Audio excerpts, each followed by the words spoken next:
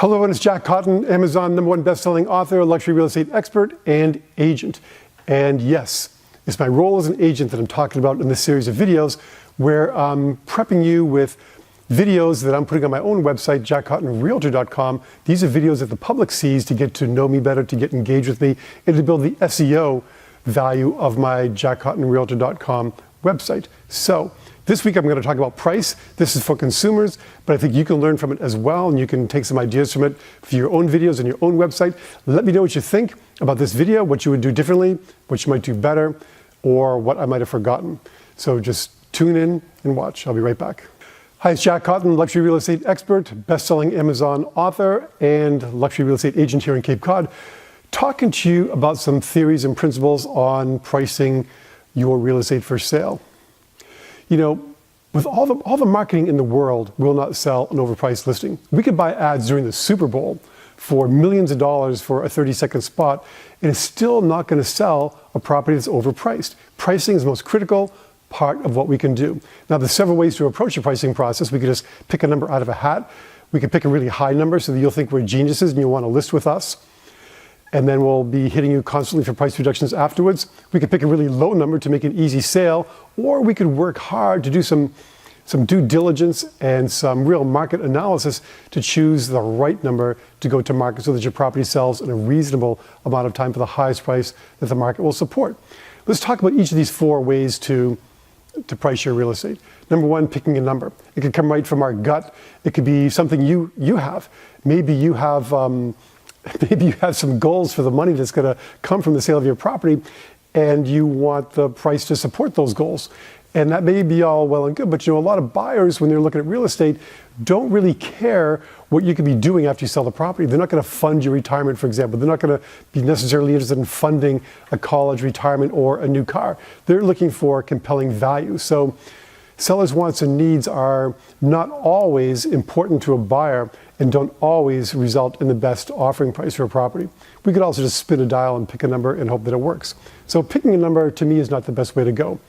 Picking a high number is even worse because, well, while many sellers love the high number, they fantasize about what that high number could result to them in terms of extra cash to pay off debts or do other things with or make other plans with. So sellers love that. But we have to keep you happy for a long time, because when you have a really high price, it's highly likely that your property is going to stay on the market for a long time. I mean, we see the market here. Look at the days on market. There are ways to game the system, so to speak, but you can still see properties that have been on the market for 300 days, 400 days, 600 days, 1,000 days. The longer properties on the market, the lower the final price is likely to be. So we want to not give you high numbers. Now, that's a business strategy sometimes, to give you a really high number, because a lot of people think that, or some agents think that, if I tell sellers really high numbers and I get all the listings and control the market, a certain percentage of my listings are going to sell every year. I'll control the market. I'll get reductions over time. I don't really care which property sells, but I know some of them will sell. And the fact that they often sell for less than they would have sold for had they been priced right initially is immaterial in that situation. So that's the theory behind picking a high number, not one that I recommend either. Believe it or not, picking a low number is often more advantageous to a seller than picking a high number. Why is that? You think, well, it's going to be an easy sale. Well, am I going to leave money on the table? Not necessarily.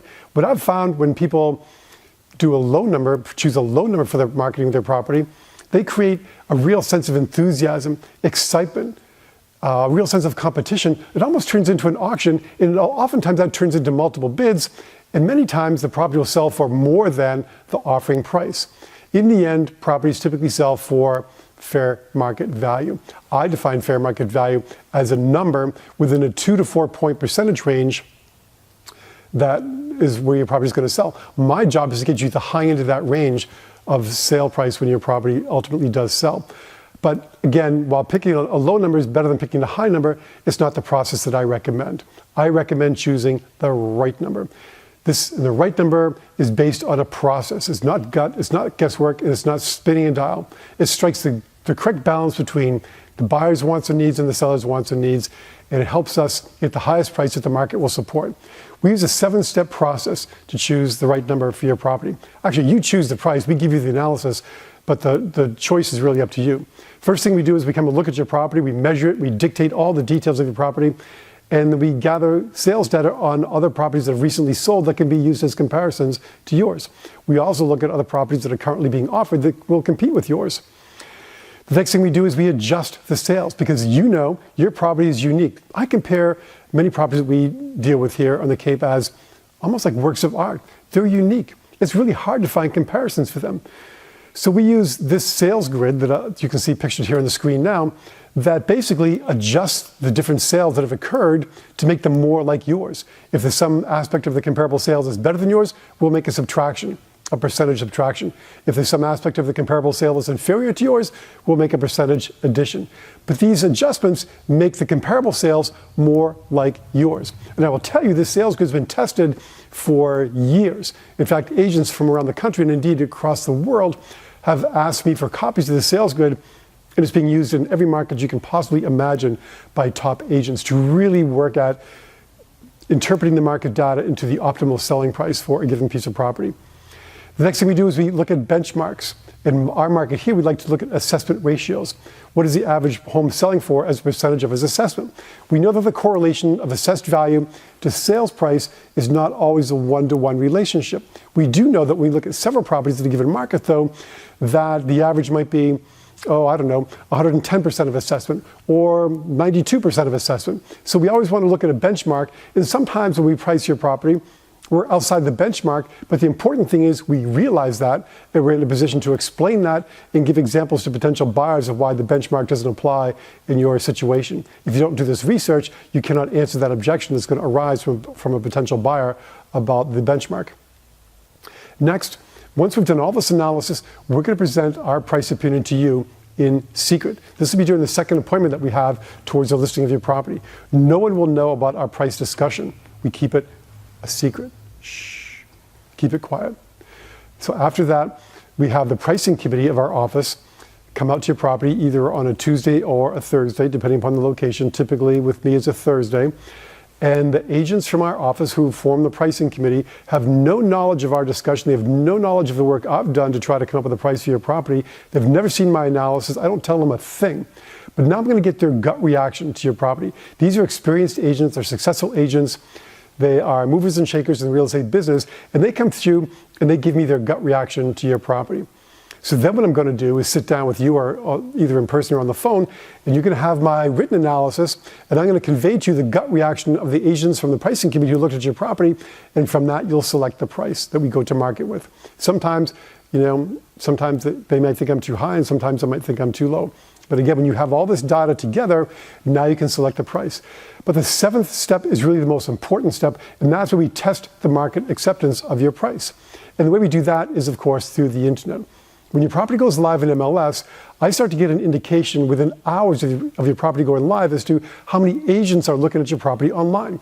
And if in the first 24 to 48 hours, I see lots and lots of agent visits to your online offering, and nobody's calling for more information or brochures or questions for potential clients, I'm starting to get a little bit of a butterfly in my stomach because we may have missed the mark price-wise.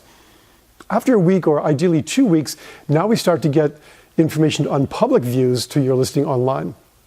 And once I start to see, I've seen cases after 30 days with 5,000 public views of a given property, and nobody wants more information, nobody's called to see it, nobody's called for brochures, nobody's had a question about it, that tells me we really missed the mark on the price. That means the people are lurking, and they're still lurking, and they don't see the value proposition as being compelling enough to warrant to convert from lurking to looking. So in that case, we need to start thinking about making an adjustment. So in conclusion, there is nothing to be gained right now by being on the market for a long time. It's a pain in the neck to keep the house in show-ready condition, to keep the beds made and everything picked up. You're always living in limbo. And the longer you stay in the market, we've found that the actual selling price down the road becomes less and less and less. We work on telling you what you need to hear and not necessarily what you want to hear, but it's based on a quantitative process. It's not something we just pull out of our hat. It's a faster track to get you to your goals and help you realize your plans for what happens after your property sells. Long video, but pricing is so critical, I think it warrants the time. If you want more information, if you want to schedule an appointment for me to come and take a look at your house and help begin the pricing process for you, give us a call. We'll stop over as soon as we can. Thank you for watching. Wow, that was a little bit longer than normal, but you'll agree that pricing is such a critical aspect of listing property. So I think it's really important for sellers to really understand the idea of pricing. So let me know what you think of that video clip that will soon be appearing, if not already, on my website, jackcottonrealtor.com. In the meantime, don't forget to forward this email on to a friend who might be in real estate across town, across the country, even around the world somewhere. The bigger we can build our list, the more we can do referral business between and among ourselves. And towards that end, don't forget to look at the listing that I've posted in the front page of this newsletter that you received online. This group is big enough now where we can start to do some referrals between and among ourselves. Lastly, don't forget luxuryrealestateunplugged.com. Perfect way to get your luxury real estate questions answered live, in person, online, first Tuesday of the month, 1 o'clock East Coast time, luxuryrealestateunplugged.com. Log into that website, reserve your spot, write in your question, and we will get to it either during the webinar or in a follow-up session afterwards. Until next time, make it a great week.